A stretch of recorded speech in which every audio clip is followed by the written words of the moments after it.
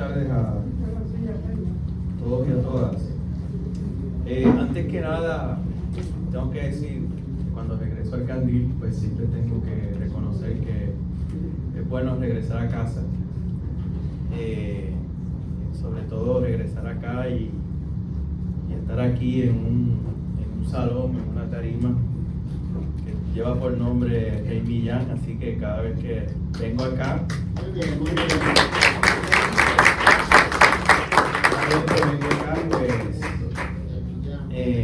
me gusta recordar los orígenes del Candil y también me gusta recordar al amigo Rey, así que me siento a gusto aquí.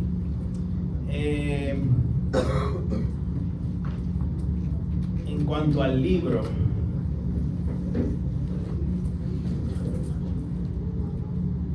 yo pienso que ya voy a empezar por donde no iba a empezar.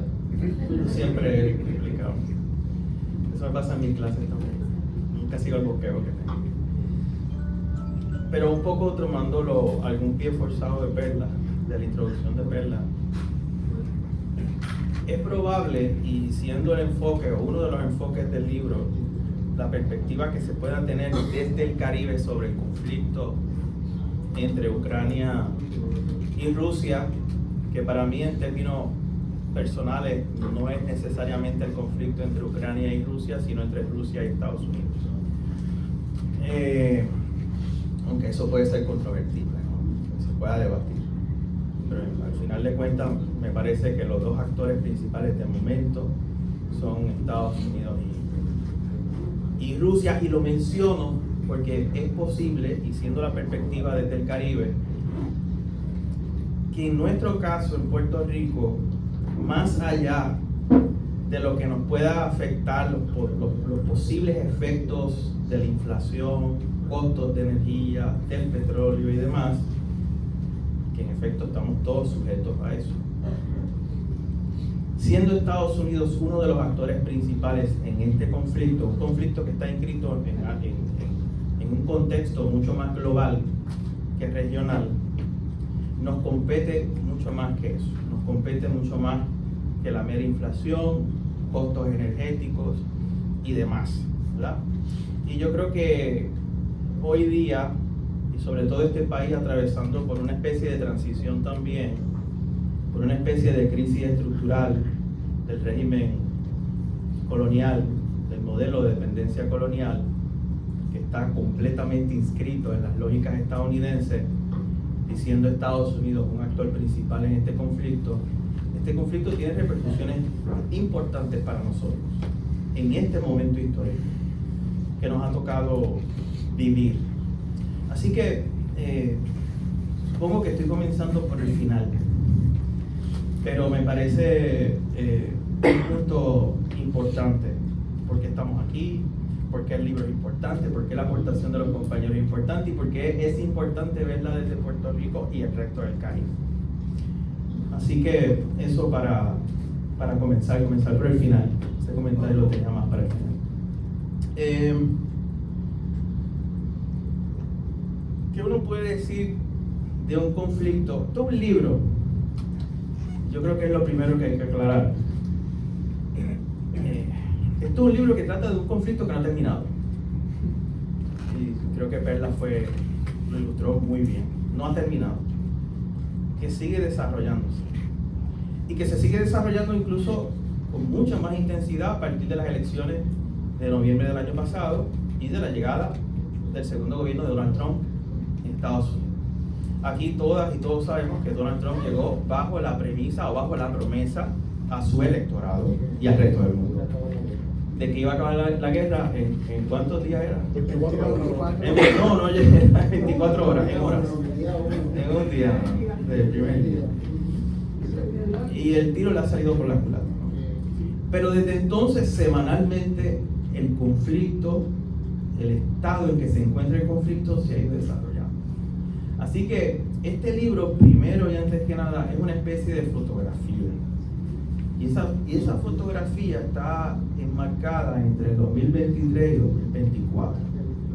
A pesar de ser una fotografía, yo creo que una de las virtudes del libro es que su lectura o la lectura que se realiza en términos generales, esto es medio complicado porque aquí hay varios ensayos, todos los autores son muy distintos, distintas vertientes ideológicas y sobre todo distintos enfoques metodológicos, pero si uno puede sacar algunos ejes centrales que se reproducen en todos los ensayos, es que de esa fotografía se pueden sacar quizás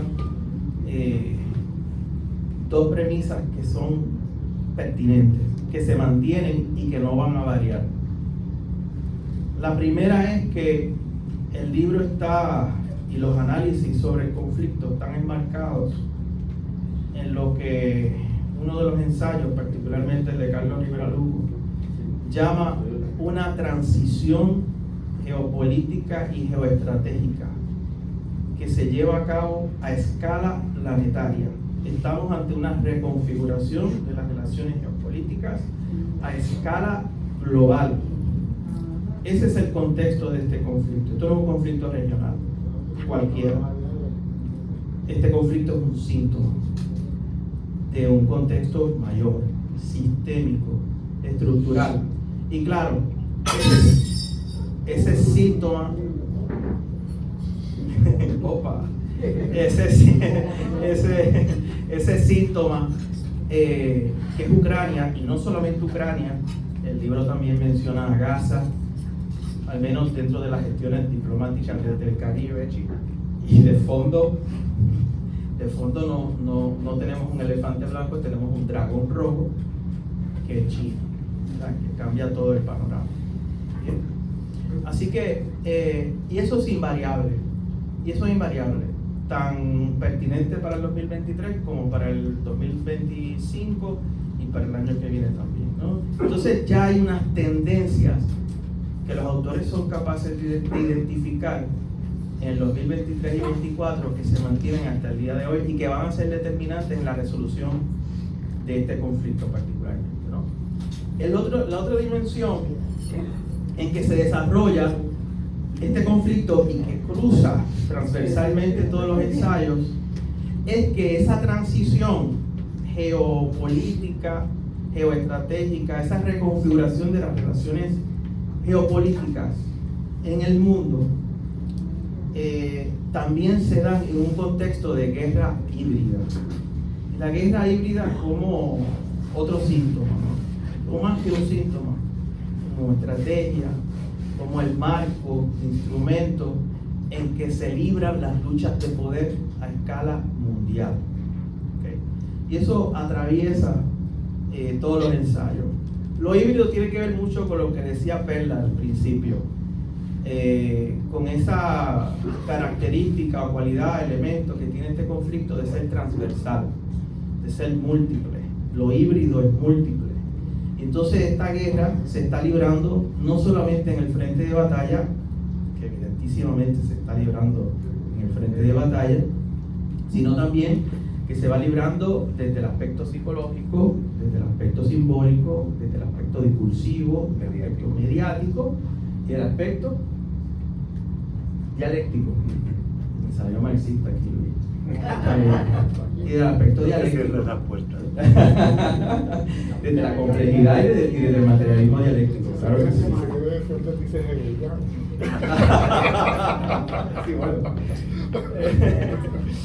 Entonces, ese es el escenario en que esta fotografía está inscrita. Entonces, ahí ya me parece que hay un valor añadido al libro, que es importante y por eso me parece pertinente. Hay tres cosas: posición de Puerto Rico, Caribe y el contexto global, que es una lucha de poder en estos momentos muy intensa, que se libra en esos dos escenarios: transición geopolítica, una transición, yo comparto esto con el profesor Severino, no sabemos qué es lo que pueda producir, a dónde pueda llegar, pero que ya se vislumbran algunas vías alternativas, ¿no? Y una de ellas, que aunque no está plenamente desarrollada en el libro, pero la idea está ahí presente, una de ellas, o una de esas alternativas es, esas alternativas que busca alguna de estas fuerzas que están encontradas en este momento, es el poder establecer en el mundo llamada visión multipolar entre las relaciones internacionales. Y eso es parte de lo que hemos visto desde que comenzó el conflicto. El conflicto ha sido también viaducto, por ponerlo de alguna manera, ha sido capaz de conducir, de facilitar el que se configuren algunas relaciones geopolíticas, políticas, económicas, distintas, alternativas a lo que conocíamos comúnmente como la globalización del capitalismo o la globalización neoliberal, ¿no? Ha habido desde este conflicto una intensificación, por ejemplo, en la relación los países que componen los BRICS, que plantean de plano y le están planteando al resto del mundo de que las relaciones entre países, las relaciones internacionales, particularmente las relaciones económicas, pueden ser de otra manera, partiendo de un respeto a la soberanía. ¿Bien? Y eso para mí me parece que está en el centro de este conflicto, ¿no? Así que esa visión global de la fotografía que este libro pues se mantiene. Hay otro valor añadido de este libro que yo aprecio mucho, y es que en buena medida, por lo menos ahora yo pasé también el espíritu que un poco funda el libro y que está en todos los ensayos, rompe de alguna manera con los discursos dominantes, hegemónicos y mediáticos que hemos tenido acá nosotros en el Caribe, en Puerto Rico, en Estados Unidos, en buena parte de Occidente, sobre este conflicto. Así que el libro comienza sobre todo en su parte introductoria, comienza a deshilar, de construir, ¿verdad?, todo ese andamiaje simbólico, discursivo, hegemónico, que se ha filtrado a través de los medios de comunicación en Occidente, que han descrito el conflicto de determinada manera. Y hay un elemento que a mí me parece clave en eso, y es que desde el saque, sobre todo en el elemento introductorio del libro, hay un intento, y esto nunca es fácil, de encontrar la génesis del conflicto. Esto es muy difícil, porque en realidad ningún conflicto internacional tiene una génesis o un génesis claro. ¿Cuándo inicia un conflicto? Particularmente este es muy complejo, porque uno podría decir, como es la interpretación hegemónica en Occidente, que comenzó en el 2022 con la invasión de Rusia a un país soberano. Y nos quedamos en este formalismo, ¿no? Y la condena moral, la condena desde el derecho internacional y demás, sin considerar otra cosa. Pero desde las páginas introductorias, particularmente el profesor Severino, intenta, en términos metodológicos, enmarcar, crear un marco de referencia histórico para poder leer con mayor amplitud y complejidad lo que es el conflicto. Claro, esto es un conflicto, yo siempre, en otras ocasiones, por ejemplo, cuando hablo de Palestina o de Gaza, ¿cuándo comienza el genocidio? Pues no comenzó en el 2023. La génesis, la complejidad, las contradicciones, 1948, pero incluso antes. 48, el establecimiento del Estado judío, pero el asentamiento colonial viene desde el 1920. Viene como consecuencia de la Primera Guerra Mundial. Siempre es complejo encontrar, hay un elemento medio arbitrario que los científicos sociales tenemos que emplear aquí, ¿verdad?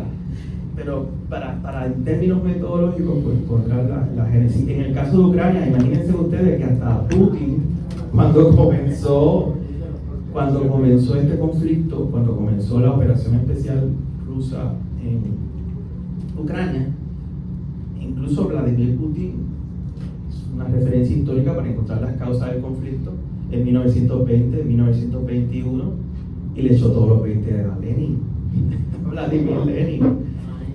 Sí, la URSS la Unión Soviética, luego de la Revolución Bolchevique del 17, luego de la Guerra Civil, Lenin siguiendo su propio principio, el principio que él mismo había desarrollado sobre la autodeterminación de los pueblos, que conoce la independencia de Ucrania. Y Putin un poco le sacaba eso en la cara a Lenin, ¿verdad? Porque Putin no tiene ni un pelo de marxista tampoco. Entonces, uno puede entender esto, el origen o la génesis.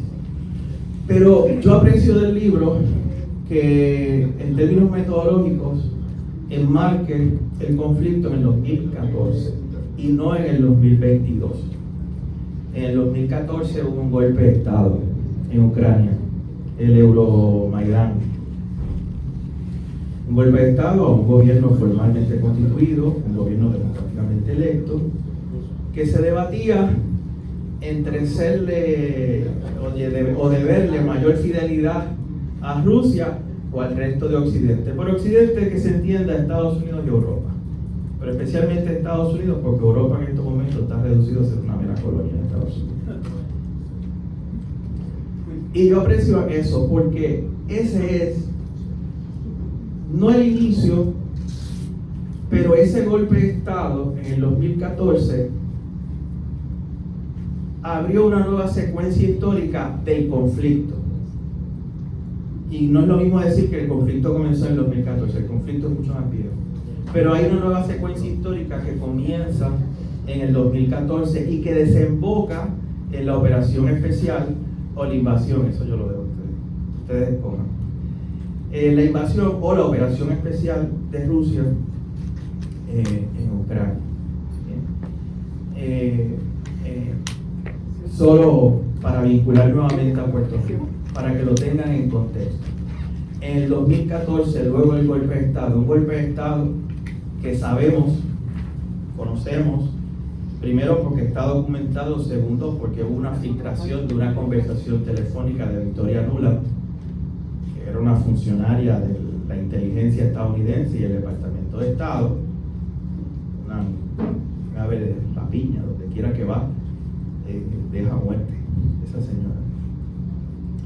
Una conversación que se filtró a la prensa, que se hizo pública, en donde ella admite la injerencia de Estados Unidos en el golpe de Estado. Un golpe de Estado que fue pintado como una revolución de colores, que no es la primera que tiene Ucrania tampoco. En 2004, 2005 ya había atravesado por otra. En este caso, en 2014, la injerencia de Estados Unidos promoviendo precisamente una nueva revolución de colores, que se entienda por revolución de colores, pues una revuelta con muchos elementos externos, ¿no? Y provocadores de fuera, pero particularmente desde Estados Unidos, que tuvo un papel fundamental en promover ese golpe de Estado, en financiar incluso a diversos sectores de la ultraderecha ucraniana para que lideraran las convocatorias, ¿verdad?, para esas manifestaciones, esas protestas y eventualmente el golpe de Estado. Tanto es así, además de la documentación que existe sobre esto, y para vincularlo a Puerto Rico,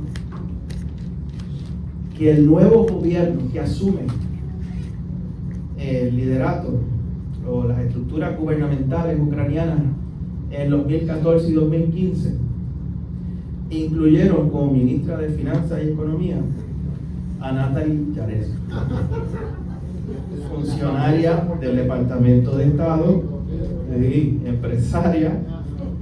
Pues son las dos cosas, porque aquí la gente se dedica más de una cosa, ¿verdad? La prócer puertorriqueña. La prócer de Caguas, creo que. Si no es, fíjate.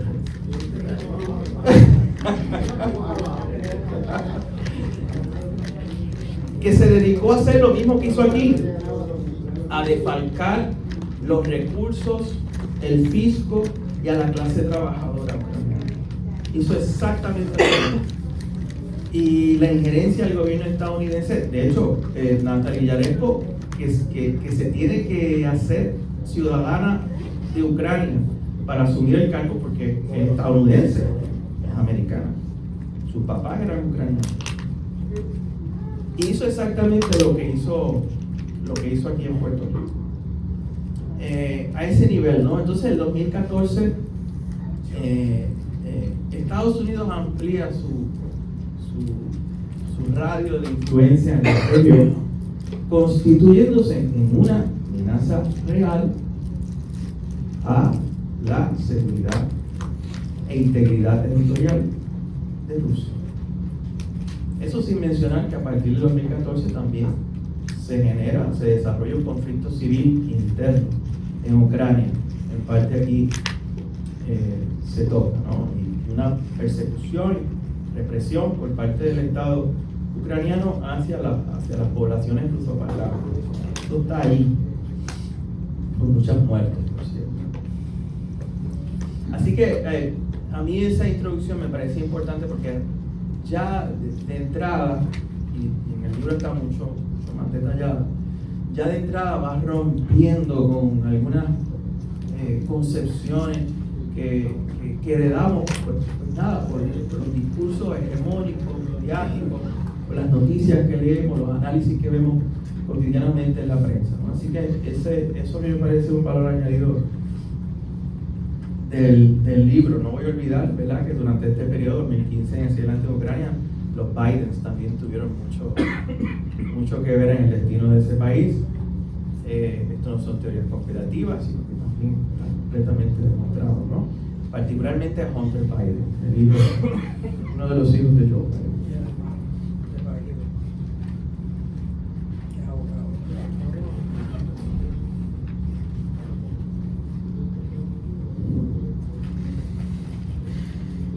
El resto de los ensayos yo los ubico dentro de lo que es el contexto de la guerra híbrida,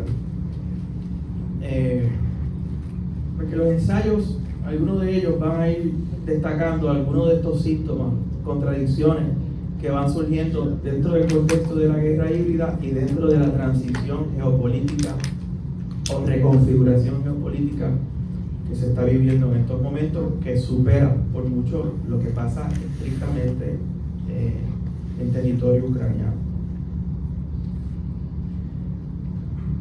Particularmente hay dos dispositivos de esta guerra híbrida que a mí me interesan mucho. Uno es el elemento de las sanciones, que están de moda, ¿verdad que sí? Las sanciones están de moda. Pero el libro es muy ilustrativo y hay dos ensayos sobre las sanciones, uno de ellos del profesor Martínez Borrás, que conceptualmente no solamente nos va a servir para entender lo que sucede entre la Unión Europea, Rusia y Estados Unidos y las sanciones impuestas hacia Rusia, sino que conceptualmente nos puede ayudar a entender también cuál es la lógica detrás de las sanciones en Cuba, Venezuela, Nicaragua y la lista por ahí. Las sanciones son, desde la perspectiva del libro, de lo que uno puede llevarse al libro, a pesar de que son sanciones económicas, en realidad son sanciones políticas. Es decir, se utiliza el instrumento económico, y claro, lo económico es siempre político, la economía es siempre política, pero se utiliza la herramienta económica, sobre todo desde Estados Unidos y la hegemonía del dólar que mantiene Estados Unidos, para provocar cambios políticos en determinados países. Las sanciones económicas son un instrumento político, pues busca interferir o intervenir en las relaciones de poder, tanto regionales como internas de los países que se sancionan. En el caso de Rusia, varias cosas. Una, la intención de la desestabilización interna, buscando un cambio de régimen que no sucedió y no va a suceder de momento. Bien. Dos, hay un efecto importante, y es que a través de las sanciones que impone Estados Unidos, pero que sobre todo impone Rusia, la Unión Europea, Estados Unidos se asegura de encontrar un nuevo, pues en este caso no va a ser socio, porque cuando uno habla de socio está hablando de partes iguales, ¿no? Sino de convertir a Europa en un elemento económico cautivo a la economía estadounidense, pero sobre todo dependiente a los hidrocarburos, gas, petróleo estadounidense, que antes Europa conseguía de Rusia y que ahora, al sancionarlo, no puede obtener. ¿Cuál es la clave aquí? Que Estados Unidos le vende a Europa su gas y su petróleo 3 veces más caro de lo que se lo compraba a Rusia. Así que para Estados Unidos, que este año y el año pasado, dentro de toda la crisis registrada, mantiene relativos esquemas de crecimiento o ritmos de crecimiento económico, se debe en gran medida a eso, a esta nueva. Y yo sé que, yo he dicho esto anteriormente, hay gente que me dice, no, Europa es una colonia desde el Plan Marshall. Sí, es una colonia desde el Plan Marshall, se podría decir, pero de nuevo, aquí hay una nueva secuencia histórica. Y Europa está jugando otro rol, y no le ha ido bien, no le ha ido muy bien. Hay otro elemento de las sanciones, como efecto, que yo lo asocio a esta visión o a esta mirada del boomerang. Ustedes saben lo que es el boomerang, este instrumento, esta arma que usted tira y le regresa de vuelta. Esta es una metáfora que utilizaba Aimé Césaire, que era un intelectual de Martinica, que en 1950 escribió un ensayo que se llama Discurso sobre el colonialismo, y utiliza esta imagen del boomerang, de cuando los imperios exportan su violencia, pero esa violencia que exportan también va a tener un efecto interno dentro de su frontera. Las sanciones contra Rusia por parte de Europa, particularmente por parte de Europa, que es parte de los países europeos, son parte de los satélites, ¿no?, del imperialismo occidental, pues les ha regresado como boomerang. Y parte de los efectos que ha provocado estas sanciones es que, y un poco se desarrolla también en el libro, es que ha habido y ha provocado un acercamiento entre dos gigantes, que es Rusia y China, particularmente los negocios alrededor de la producción de energía y materia prima, como el gas, el petróleo y otros minerales, entre Rusia, China e India, todos miembros del BRICS, por cierto. 20%, uno de los ensayos que sacan, 20% después del 2022 de las ventas de hidrocarburos, de petróleo, de gas, de Rusia, van hacia China. O sea, ha habido un acercamiento importante.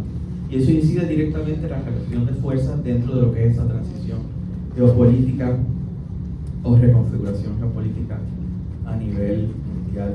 Hay otro instrumento dentro de esta guerra híbrida, que lo es el derecho, y hay dos ensayos que abordan la cuestión del derecho. Uno de ellos es el de Francisco Concepción, que de hecho yo lo invertiría. Yo pondría el de Francisco primero. Que como yo lo leo, es muy útil para entender cómo también el derecho es un campo de lucha, y de cómo el derecho también se inscribe dentro de las lógicas de la guerra híbrida. Si bien el derecho internacional enfrenta graves problemas en estos momentos, no deja de ser cierto que el derecho también comprende un campo simbólico. El derecho también es un sistema lingüístico, ¿verdad? Y a partir de él se desarrollan diversos discursos. Y ha sido utilizado en este conflicto para precisamente tratar de definirlo. Y la utilización de la Corte, esta es la Corte Penal Internacional, la Internacional de Justicia, pues ha sido un escenario para disputar y para intentar, dentro de ese campo simbólico, significar lo que es el conflicto. Y hay una interpretación bastante interesante aquí del autor Concepción, de Francisco Concepción, sobre cómo Rusia levanta uno de los artículos de la Carta de Naciones Unidas, y cómo Ucrania hace uso de la Convención contra el Genocidio para llevar el caso contra Rusia. Más allá de eso, y por eso digo que yo invertiría en hoy, está el artículo de Carlos Rivera Lugo, que es una crítica despiadada, como diría Marx, al derecho internacional, sobre todo a la manera en que el derecho internacional ha quedado desnudo. Claro, esto no es nuevo, ¿verdad? Esto es otra cosa importante de ver con el libro. Estos son procesos que se extienden más allá del conflicto del 2022. Y cómo el derecho internacional ha quedado completamente desprestigiado y ha quedado completamente desnudo. Y cuando digo desnudo, pues nada, que podemos ver mayor claridad hoy día sus contradicciones estructurales, ¿verdad? Y el ensayo de Carlos va por esa línea, sobre todo ha quedado desnuda esa falsa equivalencia de la forma jurídica del derecho internacional, que predica de que todos los actores internacionales son iguales ante la ley. Pues mentira. Siempre ha sido una falsa. Los actores internacionales no son iguales ante la ley. Lo que predomina en todo caso y lo que crea precedente, norma y ley han sido los hechos de fuerza o la violencia cruda. Y en ese sentido pues hay una crítica muy aguda a lo que es el derecho internacional, lo que es su papel hoy, y se destaca, ¿no? Se destaca el predominio hoy día de las relaciones de poder sobre la norma o sobre el derecho. Los hechos de fuerza son los que constituyen o van a constituir el nuevo orden mundial. ¿Okay? Ya Luis me ayudó a mencionar a China, así que lo voy a brincar. Luma. No. ¿Sí? No.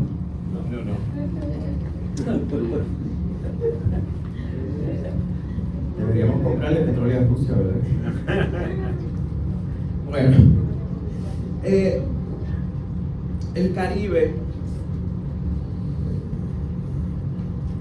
¿Qué pinta el Caribe? Yo, de nuevo, este tampoco es mi área de expertise, ¿verdad? La geopolítica, así que estoy un poco con percepciones de estos dos ensayos que tratan sobre el Caribe, y me llevó la percepción de que el Caribe no tiene muchas opciones, que hay una posición de debilidad, y claro, eso lo digo no como crítica al libro, al contrario, sino como una observación importante para nosotros como caribeños. Porque si la percepción que me llevo de los dos ensayos que están aquí sobre el Caribe y la posición del Caribe en el conflicto y en la transición geopolítica en la actualidad, es porque desde el Caribe pues, hay unos elementos que habría que trabajar. Yo creo que hay una posición de debilidad, tanto institucional, pero también pues, regional, ¿no? De falta de cohesión. Aquí uno de los ensayos se concentra más en el Caribe insular. El Caribe insular. Claro, hay unos grandísimos niveles de dependencia económica, muchas limitaciones de economías en vías de desarrollo, una dependencia económica también a la industria del turismo. Eso es un problema. Es un problema que estamos teniendo aquí en Puerto Rico. El único sector económico en crecimiento en los últimos 5 años en este país ha sido el turismo. Y eso es un síntoma fatal. Pero es un síntoma que comparte el resto del Caribe. Entonces, pues, eso es lo que yo me llevo de los ensayos del Caribe. Estamos en una posición muy indefensa en esta etapa de transición a nivel global.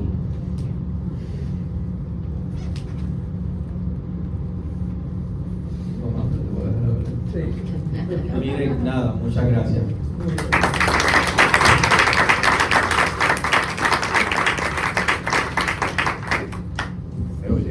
¿Se oye? Sí. Pues yo voy a leer. Quisiera comenzar por afirmar que es para mí un honor el haber sido convocado para presentar un libro de la envergadura y el calibre del conflicto.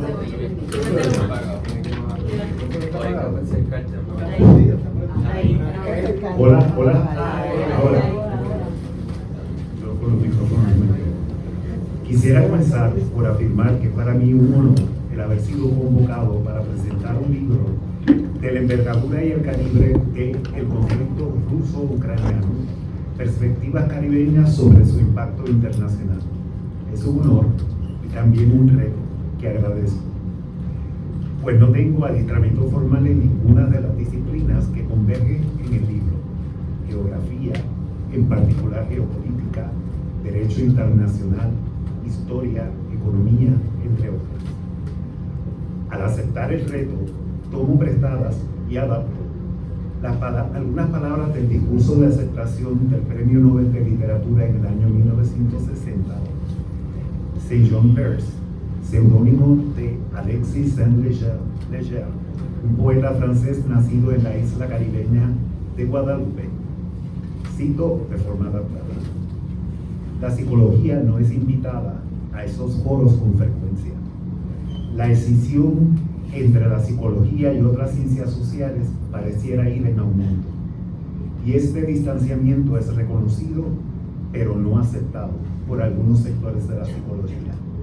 Trátese de una persona adiestrada en psicología o en cualquier otra disciplina, lo que realmente debería guiarnos es el pensamiento desinteresado, pues todos y todas nos formulamos preguntas similares ante un abismo común, y solo nuestros modos de investigación constituyen diferencias. Son tres los aspectos que me gustaría abordar en la presentación del libro. En primer lugar, la importancia que reviste para Puerto Rico y para el Caribe la organización del Instituto Caribeño para el Estudio de la Política Internacional, ICEPI. En segundo lugar, me gustaría comentar en torno a la noción de comunidad epistémica que está a la base del ICEPI. Finalmente, me gustaría abordar el contenido de esta primera publicación de ICEPI. Este aspecto me gustaría trabajarlo a dos tiempos. Primeramente, quisiera trabajar el contenido y la secuencia de los ensayos que conforman el cuerpo del libro. La otra aproximación es transversal, pues a mi entender, orada todos los ensayos. Orada todos los ensayos, y entiendo que nos permite situar el contenido del libro y sus implicaciones en el contexto de importantes debates en torno a la producción de conocimiento. Invertiré el orden propuesto para recrear algunas de las reacciones que provocó en mí la lectura del libro. Sin embargo, antes de comenzar quisiera hacer una recomendación. El libro debería incluir una advertencia del médico cirujano general. Algo así como: leer este libro puede provocar a algunas personas, sobre todo si sus destrezas para conducir un automóvil están comprometidas, y es que yo vivo bien mal, que su nivel de peligrosidad al volante aumente dramáticamente. Por lo menos ese fue mi caso. En los momentos en que pausaba para hacer gestiones que requerían conducir mi auto, mi capacidad para responder a estímulos ambientales se encontraba disminuida. Sencillamente mis pensamientos estaban en plena ebullición. Con esa advertencia, entonces, propongo que la secuencia de los ensayos incluidos en el libro corresponde a la estructura del embalaje. Es decir, al abrir una caja encuentras otra caja que a su vez contiene otra caja, y así sucesivamente. Me parece que esa estructura es producto de una profunda reflexión en torno a la línea editorial y al propósito educativo del libro. Mientras leía uno de los ensayos, surgían interrogantes y aparecía la necesidad de buscar más información para profundizar. Una sensación de sorpresa me acompañaba siempre que comenzaba la lectura del próximo ensayo, pues su contenido respondía a una de mis interrogantes. Esto se repitió a lo largo de todo el libro. Desde el prólogo, a cargo del doctor Aaron Gamaliel Ramos, se nos indica la organización del libro junto a la naturaleza del proyecto del Instituto Caribeño para el Estudio de la Política Internacional. dado que existen actualmente tantos conflictos a nivel mundial, la pregunta que me formulé fue: ¿por qué dirigir mayor atención al conflicto ruso-ucraniano? La razón detrás de la atención específica al conflicto ruso-ucraniano la esposa el doctor Carlos Severino en el primer capítulo de su autoría titulado Ucrania, una introducción pertinente. En este nos propone que el conflicto constituye un nuevo escenario de guerra en el siglo XXI que se ha desarrollado en tres vertientes a la vez: militar, económica y mediática. Por otra parte, en su ensayo introductorio al primer volumen de la Revista Caribeña sobre Asuntos Internacionales del ICEPI, el doctor José Gabriel Martínez Borrás abunda en torno a las características del conflicto ruso-ucraniano e introduce el concepto de comunidad epistémica que sirve de plataforma al ICEPI. Abundaré en torno a este concepto posteriormente. De esta forma, la estructura en embalaje que organiza la secuencia de ensayos nos lleva al escrito del doctor Carlos Severino, Ucrania, un conflicto de incertidumbres y de nuevo puño.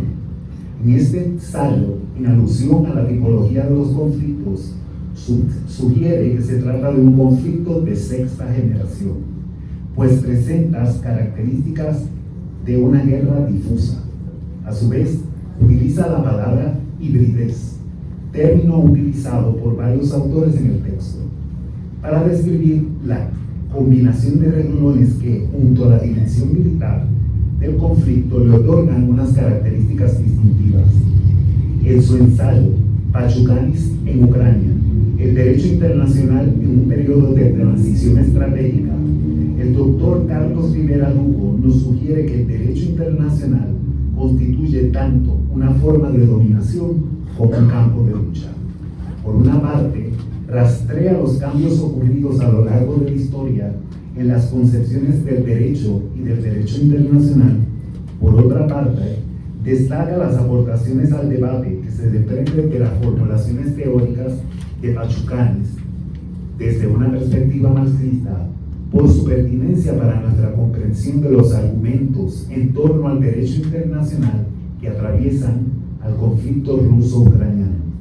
A su vez, el doctor Francisco Concepción Márquez, en su ensayo El conflicto ucraniano y la Corte Internacional de Justicia, denuncia las múltiples contradicciones inherentes a la Corte Internacional de Justicia que se hacen patentes en su incapacidad para intervenir en el conflicto ruso-ucraniano.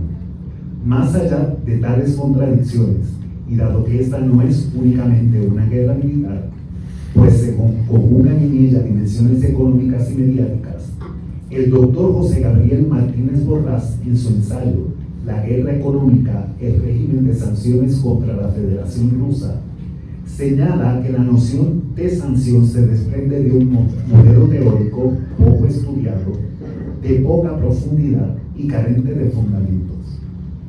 Se describen en el ensayo las respuestas de la Federación Rusa ante tales sanciones. Además, se cuestiona la efectividad de tales medidas que incluso han tenido efectos contraproducentes o boomerang sobre los países que las han impuesto. Acerca de los efectos, la doctora Maribela Ponte García nos presenta un estudio, La geopolítica de la desviación del comercio de hidrocarburos bajo sanciones, hallazgos preliminares de la guerra Rusia-Ucrania. En el mismo, integra enfoques cuantitativos y cualitativos para explorar posibles cambios en la dimensión económica que pudieran entenderse como resultado del conflicto ruso-ucraniano. En su ensayo La amistad sino-rusa, una evaluación, el doctor Ogel Rodríguez examina la participación de China y sus relaciones con Rusia como parte de la respuesta de esa última ante las sanciones, pero se cuestiona su sostenibilidad a largo plazo. La secuencia en embalaje culmina con dos ensayos que abordan las implicaciones del conflicto ruso-ucraniano para el Caribe insular.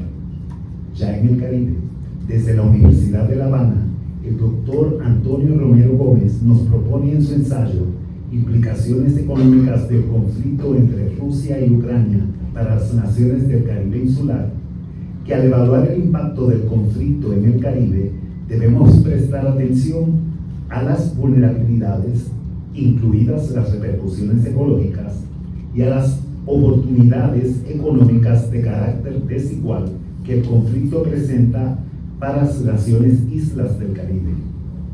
Ambos aspectos son contextualizados históricamente en un mundo que transita hacia la multipolaridad, cuyos mercados y flujos financieros exhiben desde hace algún tiempo gran volatilidad.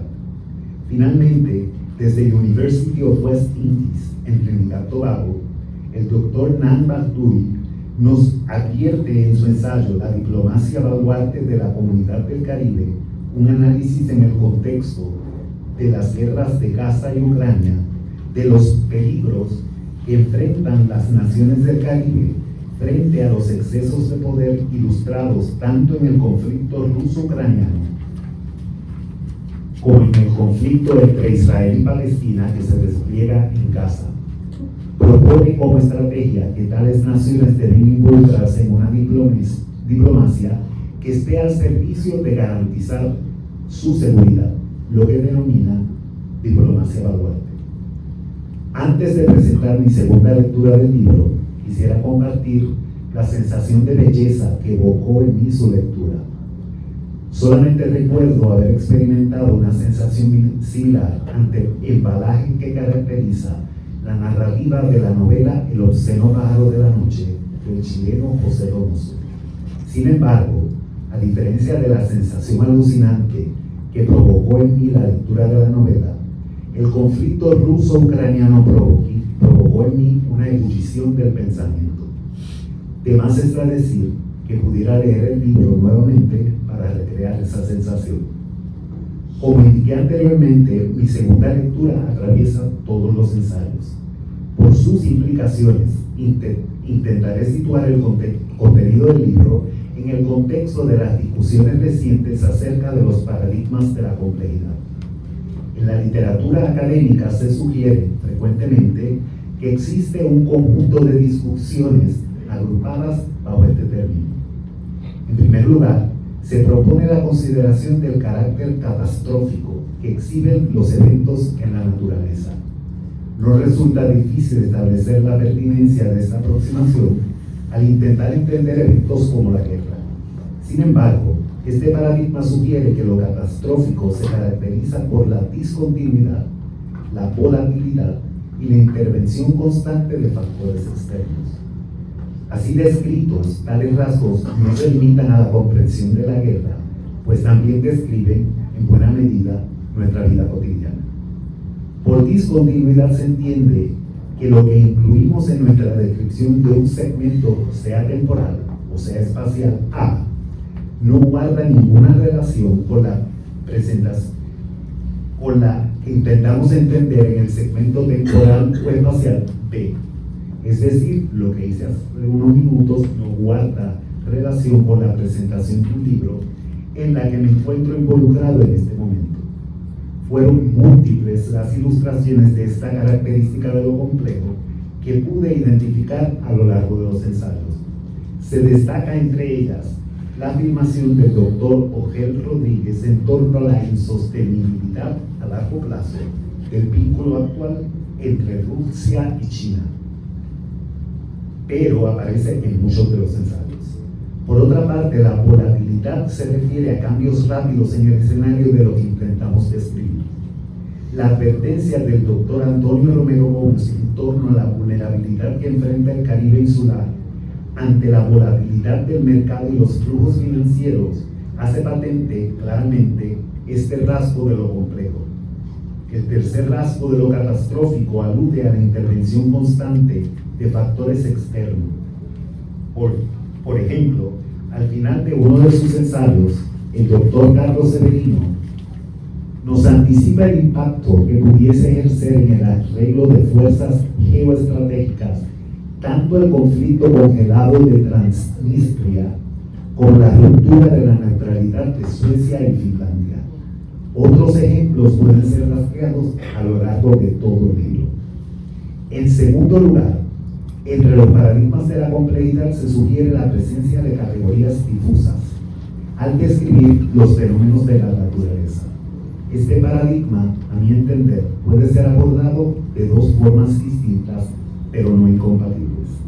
Primeramente, se puede entender que la delimitación y representación de las categorías de pensamiento que utilizamos para describir un fenómeno puede no guardar correspondencia con el movimiento de los objetos que incluimos en nuestra aproximación a esta fabulación que denominamos lo real. En todos los ensayos se afirma que la comprensión del conflicto ruso-ucraniano requiere cuestionar algunas de las categorías que generalmente utilizamos o se les otorga una cierta hibridez. Categorías como nación, guerra, invasión, derecho, entre otras muchas, son problematizadas a lo largo del libro. La segunda forma en que se puede abordar las implicaciones de este paradigma supone la posibilidad de que, al delimitar determinado evento bélico o conflicto, no existan categorías políticas diferenciadas. Esto supone pensar que los arreglos de fuerzas en las relaciones de poder que pretendemos comprender no son uniformes, son efímeros, desiguales y combinados en múltiples dimensiones. Un ejemplo de esto sería la denominación del conflicto ruso-ucraniano como una guerra difusa.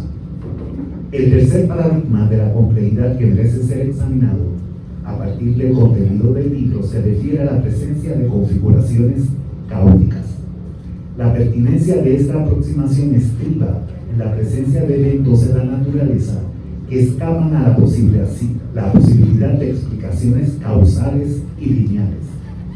Debo destacar que la palabra causa aparece solamente en una ocasión en todo el libro e incluso no es utilizada como eje de la argumentación. La inefectividad de las sanciones ejercidas en contra de la Federación Rusa, reseñada tanto por el doctor José Gabriel Martínez Borrás como por la doctora Maribel Aponte García, delatan que tales acciones fueron formuladas desde una perspectiva causal y lineal, cuando se trata de un fenómeno complejo. Incluso, la respuesta de la Federación Rusa pudiera considerarse como lo que Prigogine ha denominado estructura disipativa. Esta noción, por cuyo trabajo le otorgaron el Premio Nobel de Química, propone que dado que toda aproximación mecanicista está condenada al fracaso o a un limitado valor explicativo, al intentar introducir orden a una configuración caótica, los mecanismos de retrocomunicación positiva pueden resquebrajar el estado de orden preexistente. En este momento singular o punto de bifurcación, es imposible anticipar la dirección que tomará el cambio, pues puede introducir tanto mayor caos en el sistema como moverse a uno nuevo, más diferenciado o superior nivel de organización. Las descripciones del conflicto ruso-ucraniano contenidas en el libro me parece que ilustran de múltiples formas este fenómeno. En cuarto lugar, los paradigmas de la complejidad sugieren que los eventos en la naturaleza exhiben arquitecturas fractales. Este concepto matemático fue definido por Mandelbrot como una unidad de dimensión por dilatación de escala, y entre sus propiedades se destaca la autosimilaridad, es decir, un fenómeno se parece a sí mismo a distintas escalas de observación. Para ilustrar, haré referencia a un arbolito de brócoli. Si separamos una rama del árbol, nos encontramos con un arbolito similar, pero de menor tamaño. Si repitiéramos el proceso, el resultado sería el mismo. Exhibiría autosimilaridad a distintas escalas de observación. Afirmar que el conflicto ruso-ucraniano se presenta como una guerra que es tanto militar como económica y mediática me hace pensar que no solamente es una guerra difusa, es también una guerra fractal. Lo anterior sugeriría que para entender la naturaleza del conflicto pudiéramos identificar o fractales en cascada o una cascada de fractales. Su valor radica, a mi entender, en que de la misma forma en que con el uso de este concepto matemático Mandelbrot anticipó la crisis financiera hipotecaria de 2006 a 2008, pudiéramos utilizarle para vislumbrar posibles escenarios futuros del conflicto. Para concluir esta parte de mi presentación del libro, debo admitirles algo. Al leer el libro, me sentí como un vampiro en un banco de sangre. He separado otro paradigma de la complejidad que usualmente no es incluido en las discusiones de lo complejo. Lo hago para reaccionar a la idea de una comunidad epistémica que sirve de plataforma al libro.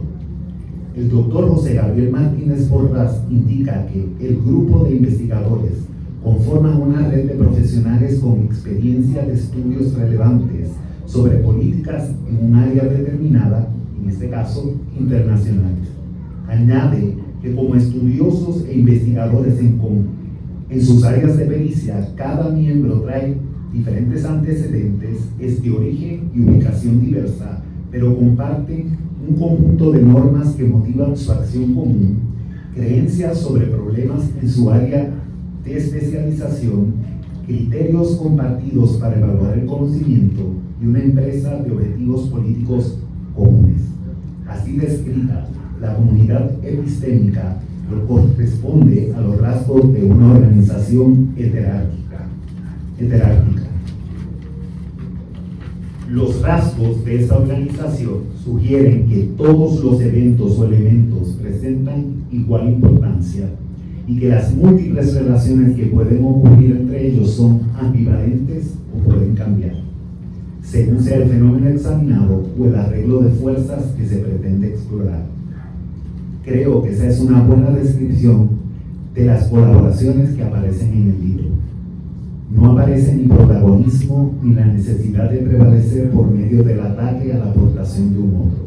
En su lugar, cada ensayo está descrito como un intento de sustraer lo único de la multiplicidad, lo que Deleuze y Guattari denominan un rizoma.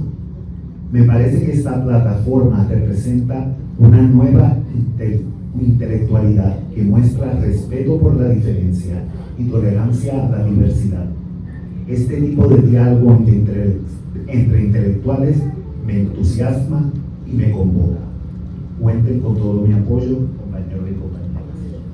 Finalmente, el valor del Instituto Caribeño para el Estudio de las Políticas Internacionales ya se hace evidente en el primer volumen de la revista caribeña sobre asuntos internacionales.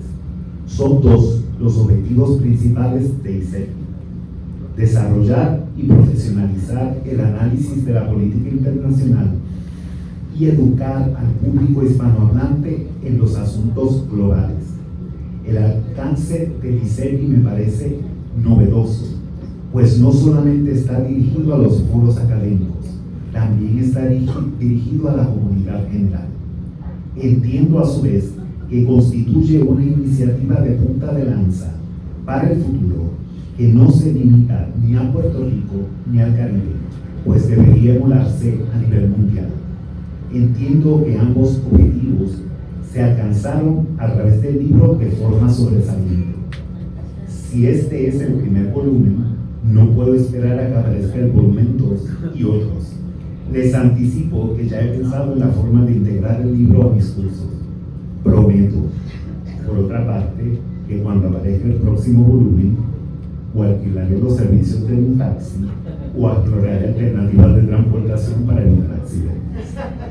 Muchas gracias, Severino, por su voto de confianza. Espero no haberlo defraudado. Muchas gracias a todos y todas las personas que colaboraron para producir esta joya.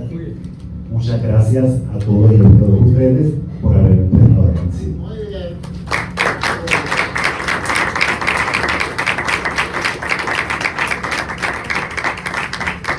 Ahora le vamos a pedir a los coautores que suban para que ustedes los vean más allá de la portada del libro. que los conozcan y le vamos a dar unos minutitos a cada uno para que se exprese con relación a los temas que abordaron ahí.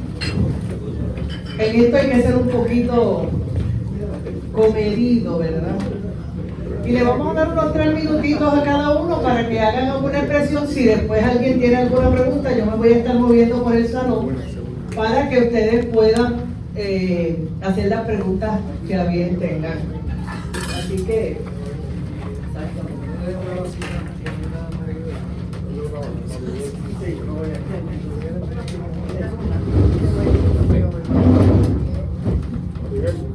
Maribel por ahí.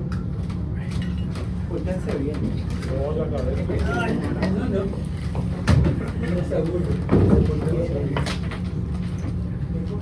Se lo pueden ir pasando y yo te lo comparten ahí.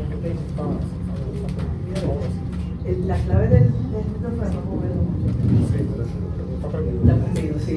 Bueno, pues vamos a comenzar con Carlos Severino Valdés para que nos haga, vamos a darle a los compañeros unos 3 minutitos para poderles abrir a un segmento de preguntas y que ustedes puedan, ¿verdad? Cualquier duda, pues clarificarla. Severino, adelante. Bueno, yo creo que lo más importante antes de cualquier cosa es ser agradecido. Y esto es un libro donde hay mucho que agradecer. Hay que agradecer primero la atención prestada a esta idea inicial cuando comenzamos a conversar con José Gabriel sobre este proyecto, que como ya Perla dijo, pues no tiende a ser algo que usualmente se haga en Puerto Rico. Nosotros, ustedes saben que tendemos mucho a consumir nuestra propia sopa, ¿no? Y no tenemos el consumo de lo que ocurre alrededor del mundo cuando es un mundo que incide tanto en nosotros, ¿no? Así que es un libro que no es típico. El otro agradecimiento que hay que hacer es, por supuesto, al Candil. Cuando terminamos, escribir un libro no es fácil en Puerto Rico, y escribir un libro donde hay múltiples personas, pues todavía es más difícil, sobre todo cuando hay gente incluso que están aquí en Puerto Rico. No fue fácil, pero finalmente pues se logró. Y cuando le presentamos el proyecto a Tamara, Tamara lo acogió con mucho entusiasmo, y eso fue algo muy grato. Y yo creo que también Tamara pues, ha jugado un rol importante en la editorial. Un aplauso.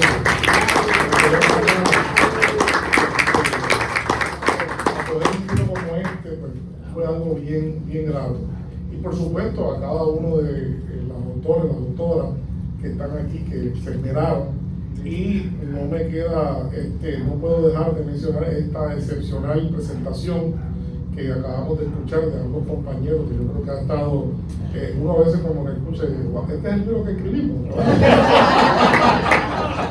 Realmente, gracias a ellos así, y a ustedes. Yo creo que cerrando, antes de consumir los 3 minutos, ¿verdad? Yo creo que quedó muy claro en ambas presentaciones de que técnicamente nosotros no podíamos llamarle a este conflicto, sino conflicto ruso-ucraniano, porque si le llamamos como debe ser, que quizás sea conflicto entre Rusia y Estados Unidos, o conflicto entre Rusia y la OTAN, pues la gente no hubiese sabido bien a qué estábamos refiriendo. Pero realmente sabemos que el conflicto hace rato que quedó claro de que esto no es un conflicto ucraniano. Ucrania es realmente el espacio donde se llevó a cabo una guerra entre Estados Unidos, ¿verdad? y entre la OTAN completamente, y además quedó claro de aquellos momentos, no se ríe, porque en aquellos momentos cuando explotó esto, que los grandes medios cubrían, pues le decían a uno, un poco lo que decía César, le decían, no, es que estamos luchando por la democracia en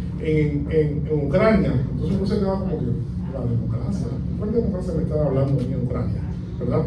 Entonces nos dimos cuenta, además, el pueblo ucraniano está subyugado. Pero ¿cuál pueblo ucraniano si no hay 5 pueblos?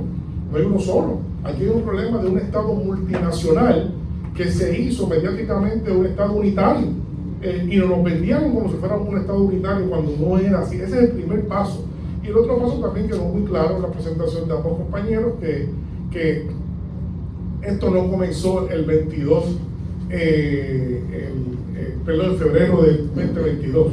Esto no comenzó allí, simplemente ahí hubo una de las secuelas de lo que se había estado gestando hace muchísimo tiempo, ¿verdad? Entonces, yo quiero decir algo simplemente para problematizar, que también fue traído. Técnicamente no cabe duda que cuando un Estado pasa la frontera de otro Estado sin autorización ni del Consejo de Seguridad ni la Asamblea de las Naciones Unidas, está haciendo una invasión. Pero ahí tenemos también que ir a profundizar esto. ¿Por qué? Porque del derecho, que hay también algunos ensayos del derecho, uno sabe que un asesinato, ¿verdad? Vamos a poner el caso de un asesinato es siempre un asesinato, pero hay asesinato en primer grado, hay asesinato, ¿cómo se llama?, por homicidio involuntario. Hay distintos tipos de asesinatos. Así hay también distintos tipos de invasiones. Y el llamarle simplemente invasión desde el 2002 a lo que ocurrió allí es simplemente una simplificación de la realidad. Evidentemente hubo muchos hechos más complejos que provocaron, sin duda alguna, un accionar adrede. Y el que tenga duda de eso, nada más yo le voy a decir una cosa: busque en internet el famoso informe de la RAND Corporation. El informe de la RAND Corporation, que es un think tank en Washington, cuando usted lo lee, usted lo puede leer, porque está en línea, eso no es secreto, ¿verdad? No está clasificado. Cuando usted lo lee, ve el libreto completo de la guerra de Ucrania, completito, de la A a la Z. Y si tiene alguna duda, léase el reciente artículo del New York Times, donde admite la participación de los Estados Unidos. Lo revela el New York Times con lujo de detalle cómo Estados Unidos participó en este conflicto. Así que esto no fue simplemente una invasión, esto no fue simplemente, fue mucho más complicado que eso, ¿no? Mucho más complicado que el asunto técnico de simplemente pasar de una frontera a otra. Hay una cosa para cerrar que es bien importante destacar, que no se ha destacado. Este conflicto enmarca dos guerras civiles. Son dos guerras civiles, porque el conflicto inicial es una guerra civil. Es una guerra civil en Ucrania, desde el punto de vista del pueblo dominante, que son los ucranianos parlantes, en contra de no solamente los rusos parlantes, sino también de los húngaros, rumanos y polacos, ¿verdad?, que hay allí, que se les suprimió sus derechos culturales para expresar y enseñar el idioma en las escuelas y en los lugares donde esos pueblos tienen su asentamiento. Y fue una guerra civil también, en segundo lugar, porque la gente no entiende cómo es posible que Rusia no ha actuado de la misma manera que actuó Estados Unidos en Irak. Devastó a Irak completamente, sin miramiento ninguno. ¿Por qué la gente pregunta, por qué los rusos no han acabado esto rápido, si tienen todo el potencial? Porque esto es una guerra civil. Estados Unidos, cuando fue a atacar a Irak, atacó un país lejano que no tiene nada que ver con Estados Unidos. El que busca un poco entender lo que es la relación histórica de 1000 años entre Rusia y el pueblo ucraniano, se da cuenta de que son pueblos hermanos. El principal negociador que ha habido en todos estos momentos, en los intentos de negociación, es ucraniano. Y no es ucraniano del Donbass, es ucraniano de Rutenia, del corazón, ¿verdad?, de la Ucrania parlante. O sea que en Rusia existe cantidad de matrimonios de gente. Piensa usted que simplemente la Unión Soviética tuvo, de sus 5 presidentes, 2 fueron ucranianos. Así que usted ve la importancia que tiene el pueblo ucraniano dentro. Rusia nació en Kiev, la Rus de Kiev, hace 1000 años. Tienen la misma iglesia, los idiomas son prácticamente iguales. Eso es casi como, eso más semejante que el portugués y el español, ¿verdad? Así que hay una hermandad que ha llevado a Rusia a tener que hacer una acción de fuerza, de tal manera que lo que termine siendo sea un resentimiento con un vecino hermano por el resto del mundo. Eso simplemente es como imaginar que nosotros tengamos una guerra con los dominicanos, o que tengamos una guerra con los cubanos, ¿verdad?, o con los haitianos. Simplemente es algo que no se puede entender fácilmente si uno no conoce las sutilezas que hay allí imbricadas. Así que ahí lo dejo para no extenderme mucho. Gracias a todos ustedes. Y como les dije, les recuerdo que Severino está en WPB aquí en Ponce todos los jueves a las 2:30. A veces no cogemos la hora completa desde las 2 de la tarde, hablando de este y otros conflictos. Como nos dijo Severino en el último programa, hay 54 conflictos en el mundo. Y de una manera u otra, pues en el tiempo que tenemos, tocamos algunos de esos conflictos de acuerdo a lo que esté ocurriendo en el momento. También Severino está en otros programas, pero bueno, ahí usted sabe que todos los jueves lo pueden escuchar al doctor Carlos Severino Valdés. Bueno, y ahora vamos a dejar con ustedes al doctor Carlos Rivera Lugo, que tiene un historial también larguísimo en este y muchos otros campos. Adelante. Muy buenas tardes a todos y a todas. Muy agradecido, ¿verdad?, por las dos reseñas y presentaciones maravillosas que hicieron de esta obra, que yo creo que todos pues, le estamos muy reconocidos, ¿verdad?, porque la verdad que estábamos locos ya porque saliese después de tanto trabajo. Recuerdo, esto es una anécdota, ¿verdad? Mi artículo se titula Pashukanis en Ucrania. Me acuerdo cuando yo cuando conocí a Guillermo, que me dijeron que lo llamara para coordinar lo relativo a mi artículo. Y él me dice, ¿y cómo tú piensas titularlo? Yo le dije, Pashukanis en Ucrania. Yo escucho un silencio al otro lado. ¿Qué se come eso? Y después me dice, ajá, ¿y Pashukanis? ¿Quién es?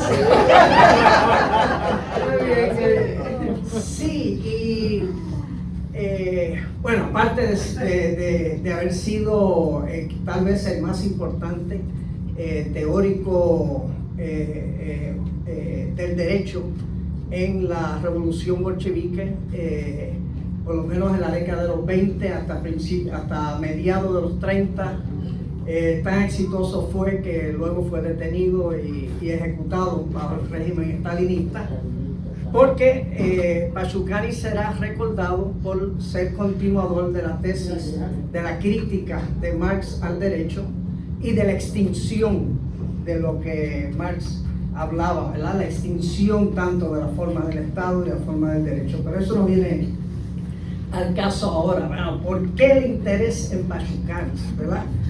Porque Pashukanis, además de haber escrito un muy influyente ensayo sobre el derecho internacional durante ese periodo, donde insistía en ese concepto del derecho internacional como un derecho de dominación, que en momentos de crisis del capitalismo pues entra en un periodo de transición donde el derecho se torna problemático, incierto. Nadie sabe lo que es o no es el derecho. Invasión. La Carta de las Naciones Unidas reconoce bajo el artículo 51 que todo Estado tiene el derecho a la autodefensa. Si un Estado entiende, y bajo ese argumento fue que Estados Unidos invadió o intervino en Afganistán después del 11 de septiembre del 2001 y también en Irak y en Granada, el intento de invasión de Cuba. Vamos, el artículo 51, y es lo mismo en Yugoslavia, no hicieron lo mismo en Yugoslavia, la OTAN. Es decir, continuamente el problema que ha habido con el derecho internacional es que dependiendo de quién tiene la fuerza para imponer su posición, pues termina determinando lo que es o no es derecho. Entonces, y en los tiempos actuales se ha llegado al punto donde incluso ya Estados Unidos no habla de derecho internacional, sino de un orden mundial basado en reglas, a rule-oriented order, ¿verdad? Reglas. ¿Cuáles son esas reglas? A saber, es según ellos lo definan, según la situación. No, y por eso pues nadie le hace caso en estos momentos al derecho internacional ni a las Naciones Unidas, y vivimos en un mundo donde se está viviendo un genocidio en vivo y a todo color, donde nadie puede hacer nada al respecto. Ahora, Pachucanis pues entonces decía que ¿y qué podía caracterizar la crisis del derecho? ¿Qué podía explicar la crisis del derecho? Porque para él el derecho no era otra cosa que una expresión de la forma mercancía del capitalismo. Por lo tanto, ¿por qué hay en esos periodos de transición como el actual una crisis? Porque se está redefiniendo los términos y las lógicas del intercambio de mercancías. Porque para él el proceso de intercambio de mercancía era tal vez el más importante de todos los procesos del capitalismo. Y es una batalla por definir entonces cuáles van a ser los términos bajo los cuales nos seguimos relacionando política y económicamente en el futuro.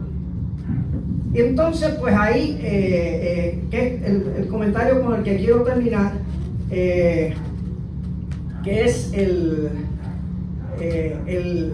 país o la potencia que está en la sombra en medio de este conflicto, que es China, ¿verdad? Está en la sombra porque en última instancia el objeto de esta guerra es China. Es China. Rusia es incidental. Estados Unidos entendía, luego de la llamada guerra contra el terrorismo, que su nuevo enfoque, su nueva perspectiva estratégica tenía que estar dirigida al aislamiento de China. Y para eso, en primer lugar, tenía que entonces aislar a Rusia e impedir que pudiese darse lo que durante los pasados 50 años Estados Unidos ha temido, que China termine en una alianza con Rusia, porque entonces sí se sabe que no hay forma de que puedan prevalecer. Además de que en ese sentido Rusia tiene una frontera común con China por el norte, que le daría acceso a Estados Unidos, que por el momento solo tendría acceso por el mar. Por eso es que en estos momentos toda perspectiva de un conflicto futuro con China gira en torno al mar, a lo naval, a las fuerzas navales, ¿verdad? Que estarían encontrados. Ahora, el caso de China es interesante. ¿Por qué a Estados Unidos le preocupa China? Porque porque a veces no estamos conscientes. Mientras en la izquierda hay todo un gran debate sobre si China es capitalista o es socialista, Estados Unidos está claro. Una economía socialista de mercado. ¿Por qué? ¿Quién regula el mercado? ¿Se regula a sí mismo? No. Es el Partido Comunista de China. Por lo tanto, es decir, lo que ellos creyeron haber evitado con el colapso de la Unión Soviética, de que pudiese surgir como una alternativa en términos estratégicos, ¿verdad? La Unión Soviética, ¿verdad? Que pudiese seguir viéndose como la gran alternativa al capitalismo, pues de repente, y en parte siempre lograron imponer la idea de que el socialismo había sido un fracaso. ¿Y qué sucede ahora con China? Cuando la potencia que está a punto de desplazar a Estados Unidos como principal economía del mundo es China, un país socialista. Y sobre eso, pues nada, podemos tener todas las discusiones que quieran, porque en última instancia la economía, los chinos no se inventan la economía política es lo que es, y en eso pues han tenido que aceptar que en un mundo donde prevalecen las lógicas del capital, pues tienen que buscar la manera de manejar esas lógicas a su favor, porque tampoco se pueden convertir en una autarquía como en un momento dado se tendió a proyectar, ¿verdad?, el proyecto de los comunistas chinos, ¿verdad? Ahora, China, sin embargo, no solo representa un reto sistémico, y con esto concluyo. China también representa un reto civilizatorio, como también Rusia. Rusia nunca ha sido aceptada por Europa y Estados Unidos como un país occidental como tal. Siempre lo han visto desde los tiempos de los zares. Lo han visto más como un país o una potencia oriental que occidental. Y de repente vemos la famosa multipolaridad de la que tanto se habla, cuyo centro está en Asia, en el mundo oriental, no en el mundo occidental. Y donde entonces el mundo desde Asia se empieza a tratar, así mientras Estados Unidos dice, pues yo no juego más. Vamos ahora a trincherarnos todos dentro de un nacionalismo económico, de repente despiertan de nuevo el concepto de la soberanía. ¿Por qué? Porque de repente sienten que hay una fuerza mundial, ¿verdad?, una constelación de países que están representando un reto no solo sistémico, sino civilizatorio, con otros valores. Mientras Estados Unidos ve todo en términos de un conflicto, desde Asia se está planteando que el mundo no puede seguir viviendo así, sino que tiene que replantearse las relaciones desde la perspectiva de la cooperación.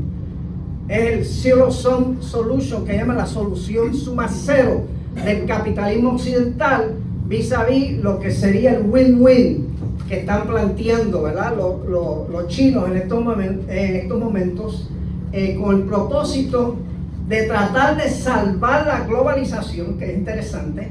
Estados Unidos busca hundir la globalización hoy y China está tratando de salvarla, pero bajo otras reglas. China, la India, ¿verdad? No digo que sea China nada más. Y hay una gran batalla en ese sentido. Y por eso es que en última instancia, detrás de la guerra de Ucrania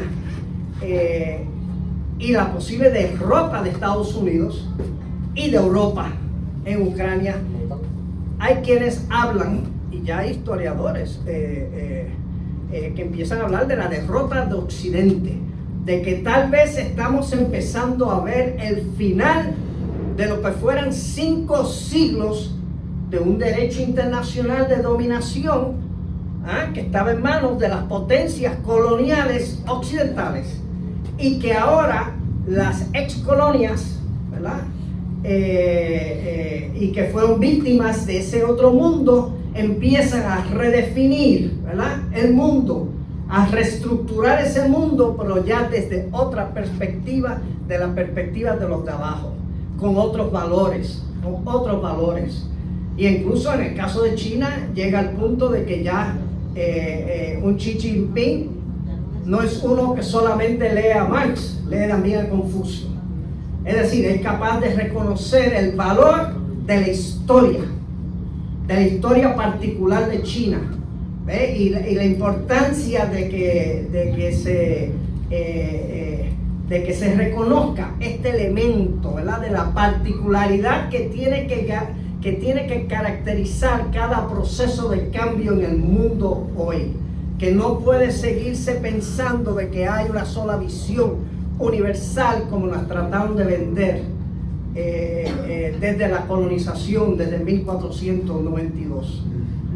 Así que yo creo que ahí es donde está el gran reto, ¿verdad?, de esta guerra, y cuando termine, y por eso la resistencia a aceptar que termine, ¿verdad?, porque es que hay demasiado en juego.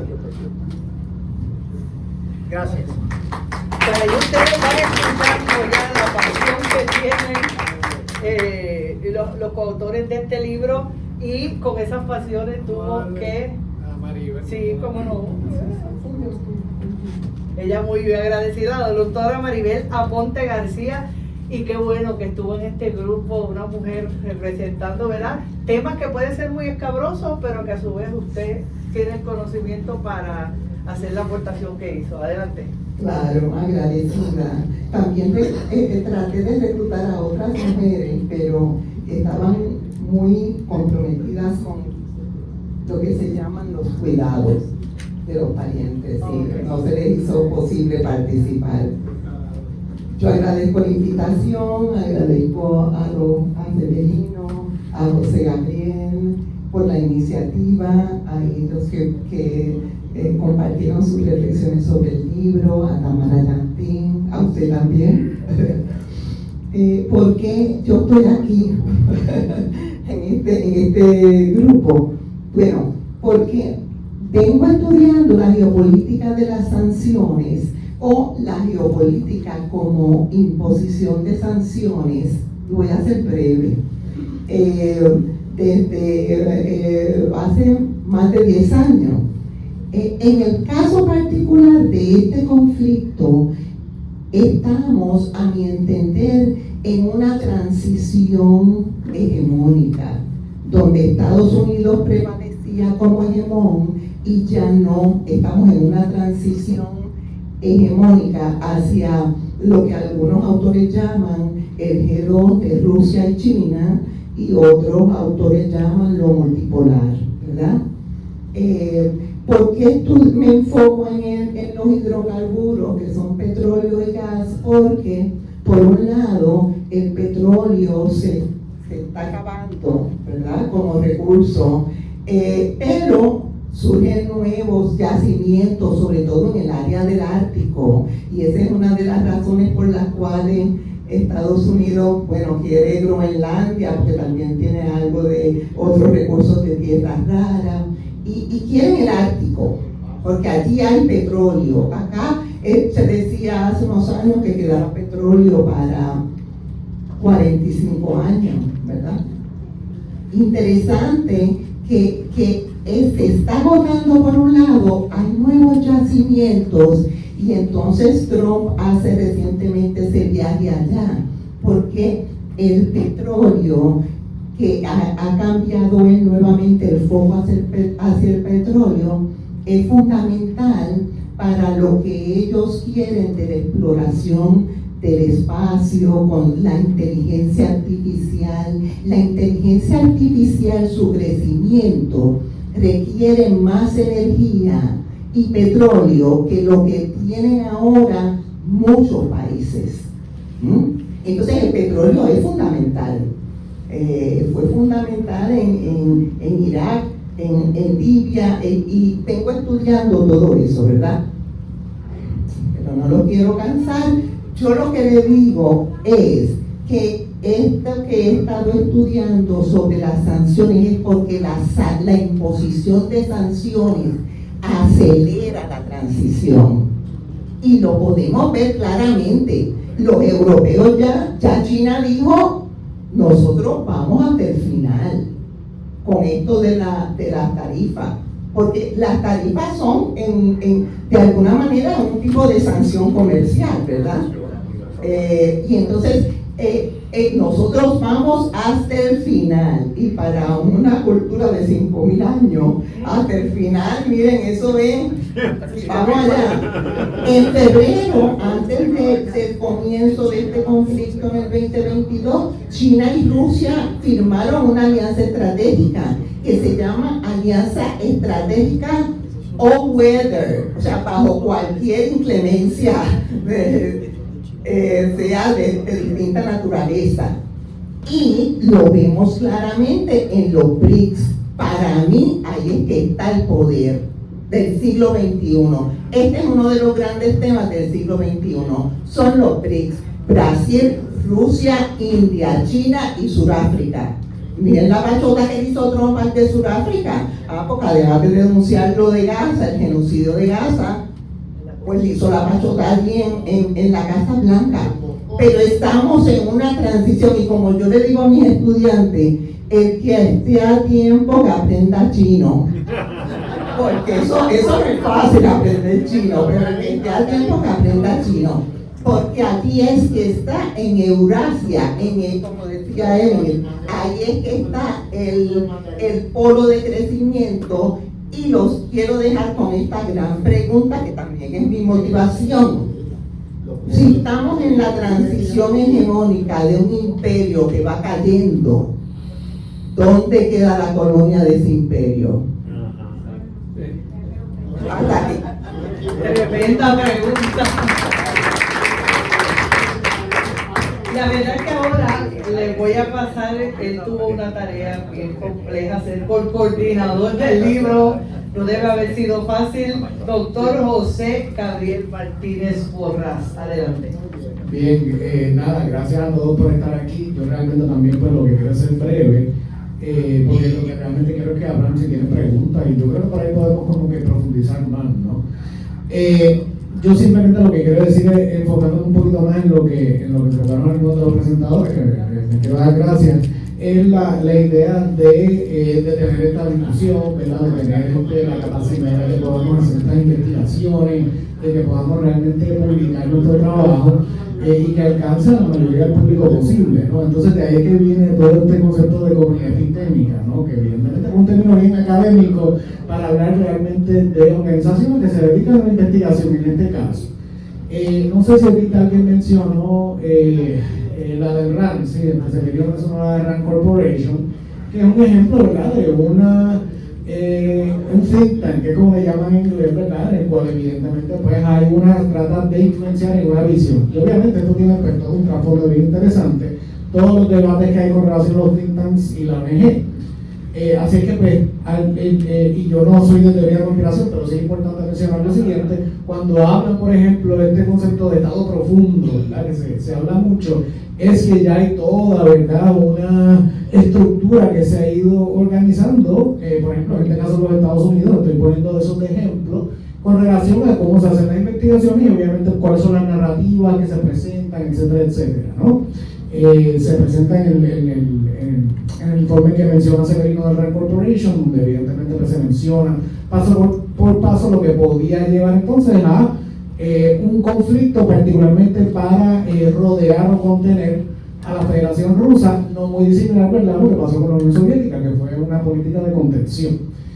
Así que eso es un ejemplo, pero por poner otro ejemplo, cuando que yo he dado, por ejemplo, un curso de la política exterior de la República Popular China, me acuerdo que uno de los libros que utiliza, hay un solo capítulo donde nos sentamos a ver cuáles son todas las think tanks y organizaciones chinas precisamente para desarrollar este tipo de comunidad epistémica, o sea, para producir el conocimiento.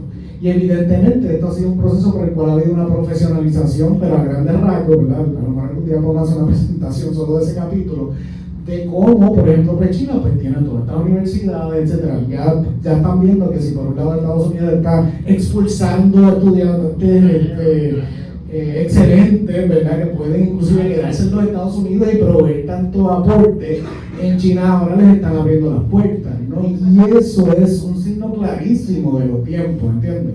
Todos estos debates sobre la hegemonía, y podemos seguir profundizando eso más si quieren, pues las preguntas, etcétera, ¿no? Pero, ¿qué es entonces el propósito de, por ejemplo, que se llama ICEPI, Instituto Caribeño para el Estudio de la Política Internacional? Es el reconocimiento, y pues mi trasfondo es todo relaciones internacionales, ¿no? Es el reconocimiento de que evidentemente tenemos que hacer esto, no solamente a nivel pues, de autores individuales, sino también pues, creando una comunidad que pueda entonces llevar a cabo, hacer las investigaciones, hacer las publicaciones, y que entonces tengamos estas discusiones, ¿no? Y que entonces aprendamos como pueblo, que estamos claros, ¿verdad?, de lo que está pasando y tengamos este esfuerzo unido, ¿verdad? Yo creo que pues, de eso se trata, y de ahí viene entonces esta idea de ICEPI. Así que yo espero que sigan saliendo otros volúmenes, ¿verdad? Hay otros proyectos que después tengo que seguir hablando con los colegas, hay muchos proyectos que se están dando, pero definitivamente yo creo que esa es la idea principal, ¿verdad? Que de alguna manera nosotros como pueblo pues, nos sigamos instruyendo y sigamos teniendo nuestras conversaciones, y esperamos, ¿verdad?, que también nos escuchen en otras esferas del poder y entonces puedan tomar quizás otras decisiones basadas en que realmente estamos desarrollando estos ejercicios, desarrollando ¿cómo se diría?, este conocimiento que es muy importante y que lo estamos discutiendo a nivel público. Así que voy a dejar con eso para que entonces pasemos a las preguntas. Gracias a todos por estar aquí. en Derecho Internacional, co-coordinador del libro. Instamos a todo el mundo a que adquiera el libro, que siente leerlo, porque igual que los presentadores César Pérez, Lisa Suayen y Luis Raúl Sánchez Peraza, usted le va a poner, ¿verdad?, lo que usted entiende que es algo que es una interpretación suya. Y ahí se va formando lo que muy bien Severino insiste, que es la construcción de conocimiento. Quiero también mencionar la aportación, y ya se hizo alguna breve mención. ¿Puedo mencionar algo rápido? Sí, adelante. Quiero también hacer mención de dos personas pues, que son importantes en el libro, que no se han mencionado, que son las personas que ayudaron con la edición. Uno es Raymond Laureano, ¿verdad? Que tengo que mencionarlo porque ha sido sumamente importante en llevar. Algunos de nosotros nos sentamos y hicimos las ediciones de los artículos, ¿no? Entonces, uno es el doctor Raymond Laureano y la otra es Socorro Montes, ¿verdad? Que es una persona muy importante, ella es maestra y está estudiando Relaciones Internacionales aquí en Puerto Rico, en la maestría de Relaciones Internacionales y Diplomacia del Centro de Estudios de Puerto Rico y el Caribe. Así que quería mencionarlo a ellos porque sin mencionarlo a ellos fueron fundamentales en llevar a cabo esto. Severino tiene que hacer otra mención también, adelante Severino. Ahora que menciona José Gabriel a estos dos excelentes colaboradores, también hay que hacer otra gestión de mención importante, y es el diseño de la portada del libro. El diseño de la portada del libro, que es muy sugestiva, es del artista puertorriqueño Pedro Adorno, el que todo el mundo conoce por los cabezudos, pero Pedro es posiblemente uno de los artistas más multidimensionales que tiene Puerto Rico, y poca gente también conoce que Pedro también es pintor. Así que nos prestó amablemente una de sus obras, que la hizo pensando en el libro. Así que es una manifestación críptica de un conflicto evidentemente también muy críptico. Así que gracias a Pedro por esta generosa colaboración. Y recalcar que Editorial Mariana y Tamara Yantín, que le ponen empeño sobre todo a este tipo de libros de contenido intenso, formativo, importante, y a esta librería que está aquí, que está al servicio de las presentaciones, este tipo de presentaciones y muchas otras actividades más. Así que son el tipo de negocio que debemos apoyar. La librería El Candil se mantiene gracias a todas y todos ustedes que comparecen a este tipo de actividad, pero también que vienen con cierta regularidad. Así que agradecidos también por eso. Bueno, vamos a pasar a quienes tengan preguntas. Levantan la mano, por allí ya tengo, sí, vamos, me voy a estar moviendo entre ustedes. Buenas tardes a todos, buenas noches. Yo creo que me comenten la entrada de Corea del Norte al conflicto. Que me comenten algo de eso. Por mucho tiempo en los medios occidentales se estuvo comentando de que había una participación de soldados de la Corea del Norte en el conflicto. Tanto Rusia como Corea del Norte mantuvieron silencio, nunca confirmaron esa información.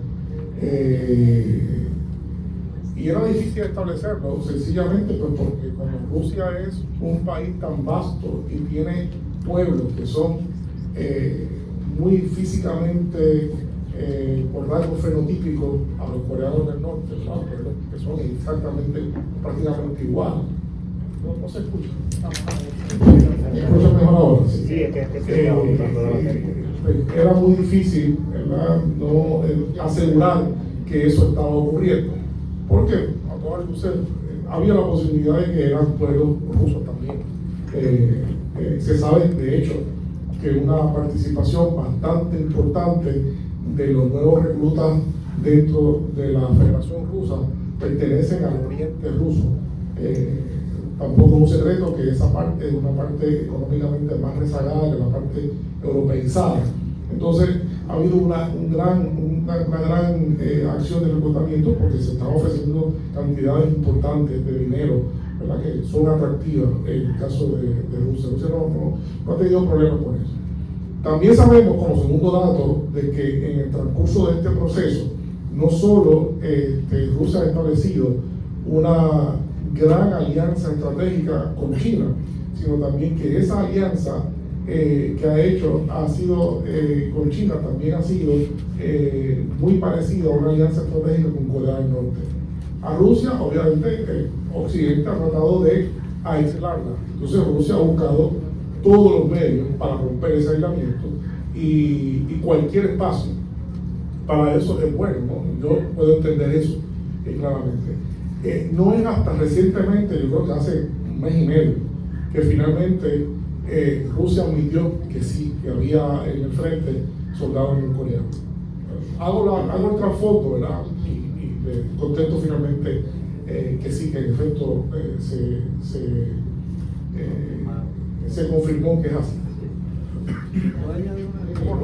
Para añadir algo rápido con relación a eso, disculpa. Es importante entender, ¿verdad?, que especialmente si lo vemos desde un poquito en el ángulo, ¿verdad?, como histórico, es decir, cuando miramos, evidentemente Corea del Norte pues, tenía una relación sumamente importante con la Unión Soviética, y en la medida que se da el proceso de la disolución de la Unión Soviética, se da el proceso de disolución de la Unión Soviética, Corea del Norte entró en una crisis. No es el único ejemplo que tenemos de eso, ¿verdad?, por la importancia de las relaciones económicas, de cooperación, etc. Y yo creo que si vemos durante los años de Yeltsin, evidentemente pues, la situación se deterioró con relación a ese tipo de relación, alianza, etc. Y se empieza a retomar poco a poco, entonces, pues, cuando llega Putin. Pero en ese momento Rusia estaba jugando un papel, llamémoslo en términos diplomáticos, de que podía ser ¿cómo se diría? Un enlace para la resolución de ciertos tipos de conflictos, ¿no? Recuerden que en ese momento Rusia tenía una alianza, o miraba mucho hacia Occidente y quería tener buenas relaciones con Occidente. Eso es importante decirlo.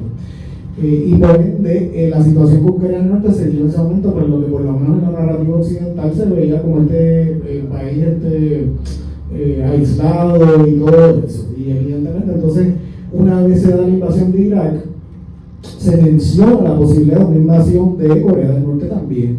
Y Corea del Norte entonces sale de ciertos tratados y se declara un estado nuclear, y es precisamente con la única intención realmente de tener una especie de política de disuasión ante una posible invasión.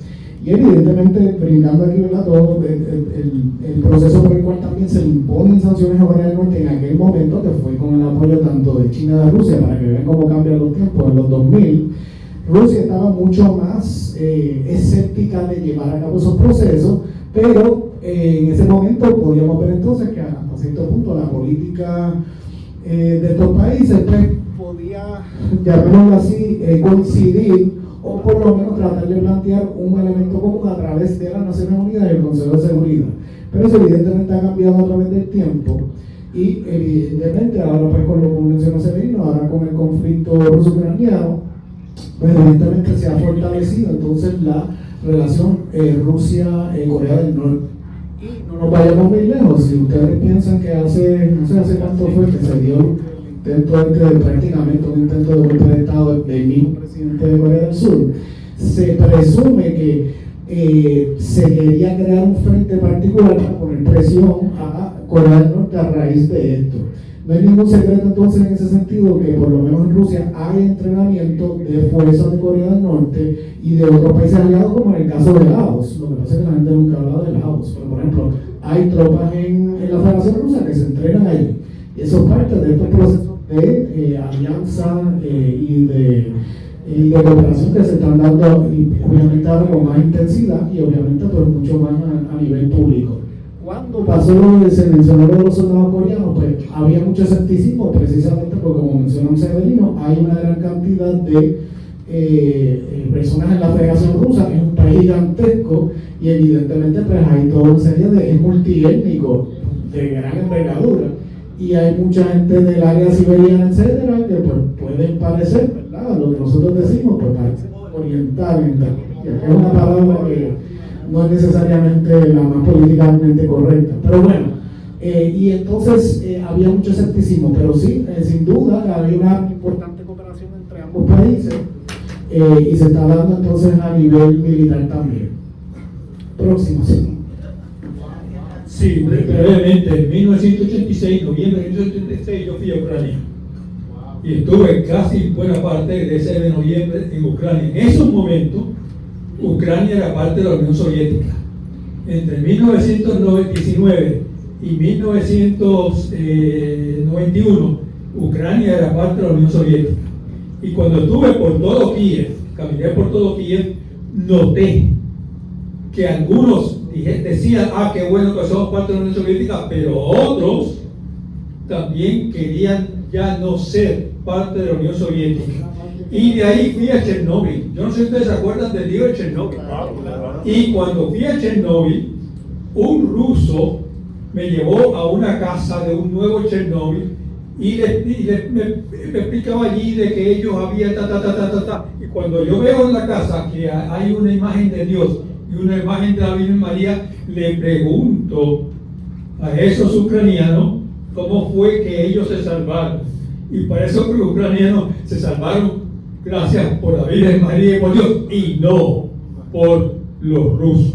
Así que el elemento también de Ucrania, cuando uno habla de Ucrania o escribe de Ucrania, hay que recordar, y esas 2 semanas que yo pasé en Ucrania,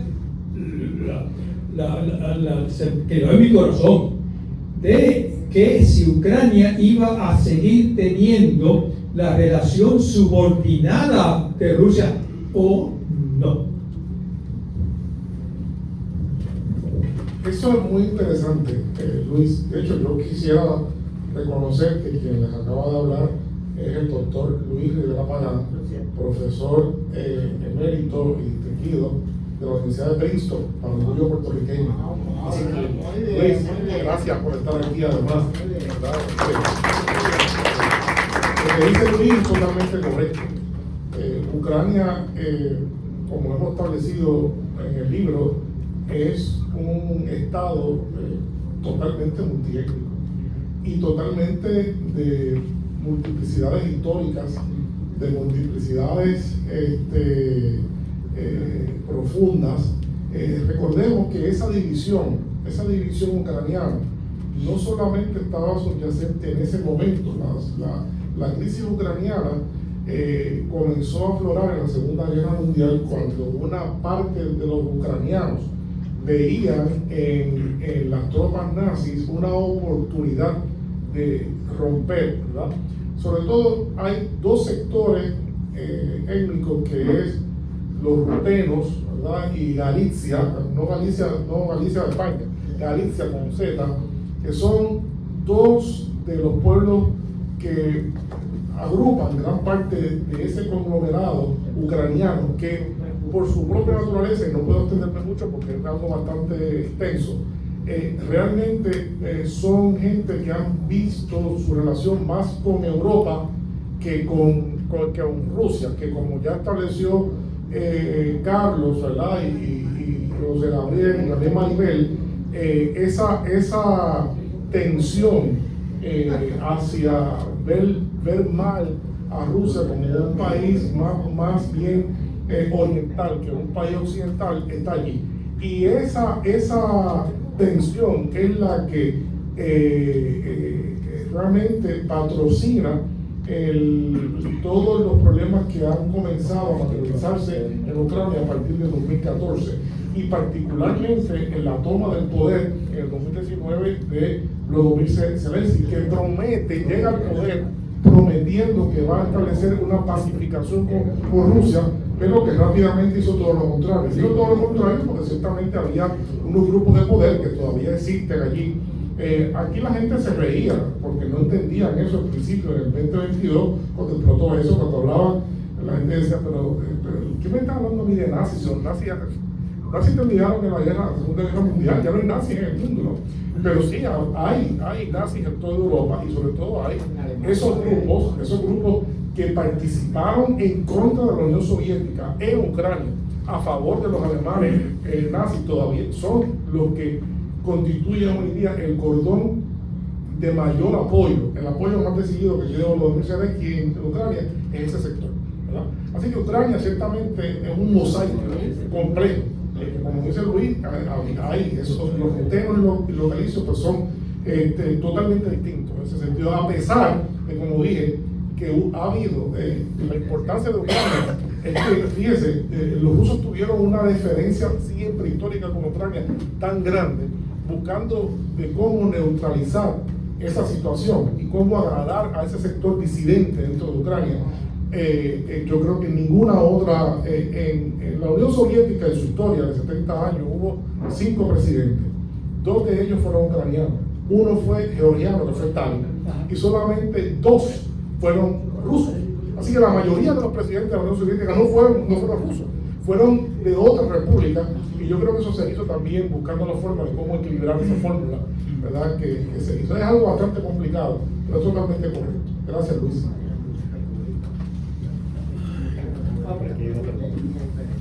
Vamos a movernos por aquí.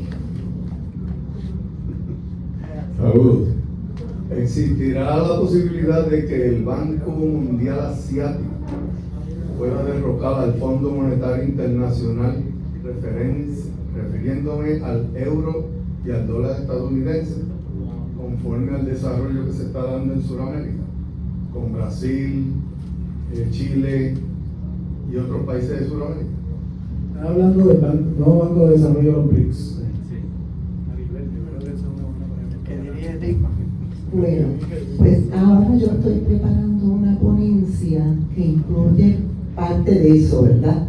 Porque cuando uno mira el petróleo, y no es que yo me quiera especializar en petróleo, pero es que ahí se ven muchas de las contradicciones, también eso nos remite a los petrodólares en los 70, ¿verdad?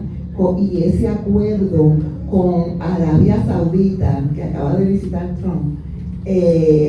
Y entonces el acuerdo fue que ellos le iban a comprar todo el petróleo en dólares y a cambio ellos le iban a proveer como una seguridad militar porque esa zona pues tiene su conflicto. Entonces, los BRICS, cuando uno mira los BRICS y la posible el posible descenso de la dolarización, pues eso tiene muchos componentes, ¿verdad? Yo ahora estoy trabajando una investigación y eso tiene un componente de hacer comercio en monedas locales. Tiene otro que es salir del SWIFT, que es cómo se manejan las transacciones a nivel internacional y crear otra. ¿Debo hacer una pausa? Crear otros mecanismos. Y entonces está el Banco de Desarrollo de los BRICS, ¿verdad? Que esto es bien importante porque es una nueva arquitectura financiera para esa transición hegemónica. Pero cuando hablamos de eso, no es solamente que si monedas locales, porque eso tiene como 5 o 6 componentes de una arquitectura financiera alternativa. Y esa alternativa también se está dando en comercio, en energía, en alimentos, incluye muchas cosas, desde bolsas para hacer los intercambios de las transacciones de petróleo, de alimentos, pero no es que el dólar se vaya a caer mañana, ¿verdad? Eso tomará décadas, pero es importante que sí se está emergiendo esa nueva arquitectura que junto con ese nuevo bloque le da vamos a decir, un esqueleto completo para poder manejar la evasión de sanciones. Y a medida que lo que sucede es que yo creo que Estados Unidos y sobre todo Trump está en una idea de los 70, de los 80, donde poder imponer esas sanciones tenía unos resultados, pero ahora no, porque el bully anda suelto, y cuando el bully anda suelto y le sigue dando cantazos a todo el mundo, ¿qué hace la gente? Se une contra el bully. Entonces eso es lo que estamos viendo ahora. Lo de Europa dijo no, un momento, 50% de tarifas el 1 de junio. ¿Pero qué es esto? Y entonces es fascinante, ¿verdad? Pero tiene toda esa complejidad, pero yo creo sí, ¿verdad? Cierro planteando que es todo parte de una transición hegemónica.